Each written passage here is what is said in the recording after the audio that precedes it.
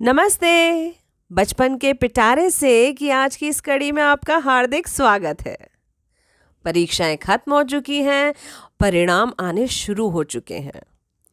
ICSE board, Karnataka board, Maharashtra government board, MP board का शायद आज आने वाला है। ऐसे तमाम स्टेट बोर्ड्स के रिजल्ट्स आने शुरू हो चुके हैं।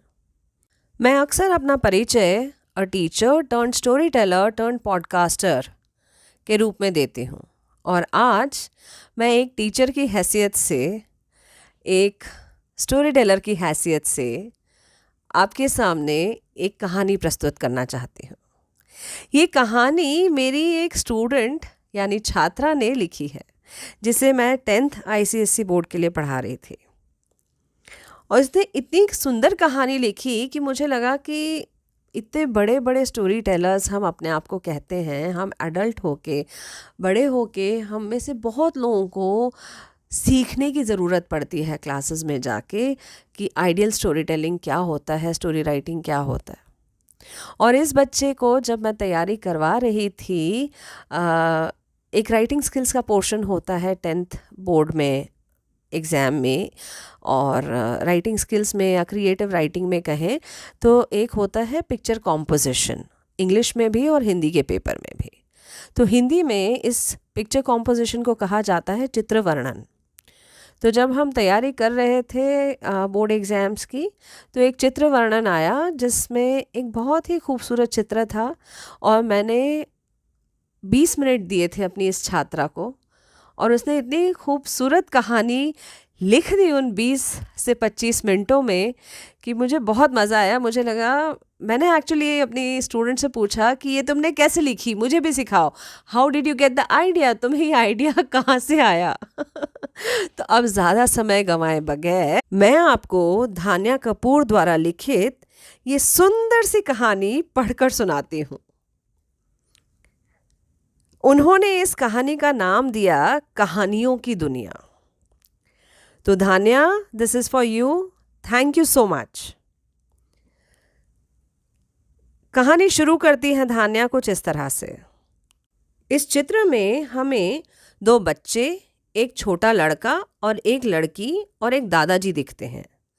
एक कोने में हमें दादाजी की पालतू बतख दिखती है। बच्चों को उस बतख के साथ खेलना बहुत अच्छा लगता है। बच्चों के पीछे एक फ्रेम टंगी हुई है जिसमें उनके दिवंगत माता पिता की तस्वीर है। आगे पीछे की दीवारें हल्की हल्की टूटने लगी हैं। यह 2 बच्चे अपने दादाजी के पास तब से रहते हैं जब से उनके माता पिता की मृत्यु हुई थी। दादाजी के पास उतना पैसा नहीं था। वह धन कमाने के लिए मिट्टी के बर्तन बनाते थे। उनके घर पर बहुत सारे मटके पड़े हुए थे क्योंकि वह बिकते ही नहीं थे, और जितने छोटे मोटे बिक जाते थे वह उससे बच्चों के लिए कपड़े और खाना लाते थे। बच्चों को दादाजी से बहुत लगाव था और हर रात बैठकर उनसे कहानियां सुनते थे। हर एक कहानी उन दोनों को एक दूसरी दुनिया में पहुंचा देती थी, और इस पल में वे अपनी सारी परेशानियां भूल जाते थे। बड़ी लड़की का नाम था श्यामा और उसके छोटे भाई का नाम राम था। श्यामा को दादाजी की सारी परेशानियों के बारे में पता था। अब वह बड़ी हो गई थी और घर के कामों में अपना हाथ बटाना चाहती थी। राम अभी काफ़ी छोटा था और उसको भी घर के कामों की जानकारी नहीं थी। वह अपनी बड़ी बहन को माँ के समान मानता था। दिन महीनों में और महीने सालों में बदल गए, और दादाजी की तबीयत उम्र के साथ साथ थोड़ी बिगड़ती चली गई, और तबीयत उनकी इतनी बिगड़ती चली गई कि धीरे धीरे हालात गंभीर होने लगे। श्यामा और राम अपनी पूरी कोशिश कर रहे थे उनको बचाने की, पर अस्पताल में इलाज कराने के लिए पैसे नहीं जुटा पा रहे थे। लेकिन कभी कभी कोई भला डॉक्टर उनके दादाजी के पास आके उनकी तबीयत देख जाता था और कुछ दवाइयाँ लिख जाता था। एक दिन जब दादाजी की तबीयत थोड़ी ज़्यादा ख़राब हुई तो श्यामा उनकी दवाई लेने दवाइयों की दुकान पर गई और राम को दादाजी के पास उनकी देखभाल के लिए छोड़ के गई। थोड़ी देर बाद वह जब घर आई तो उसके आश्चर्य का ठिकाना नहीं था। उसकी आंखों को विश्वास नहीं हो रहा था कुछ देखकर। और उसने देखा दादाजी की आंखें बंद हैं और वो आंखें बंद करके बिस्तर पर लेटे हुए हैं और राम की आंखें आंसुओं से भरी हुई हैं। यह देखकर उसे बहुत जोर से रोना आया। श्यामा जोर जोर से चिल्ला चिल्ला कर रोने लगी और उसे रोता हुआ देखकर राम उलझन भरी नजरों से उसकी तरफ देखने लगा, मानो पूछ रहा हो, दीदी रो क्यों रही हो? और फिर अचानक श्यामा को दादाजी की आवाज सुनाई दी और रोते रोते जब उसने अपनी आंखें ऊपर करके उसने देखा तो दादाजी उसे अपने बिस्तर पर बैठे नजर आए। उन्होंने पूछा, तुम रो क्यों रही हो बेटी?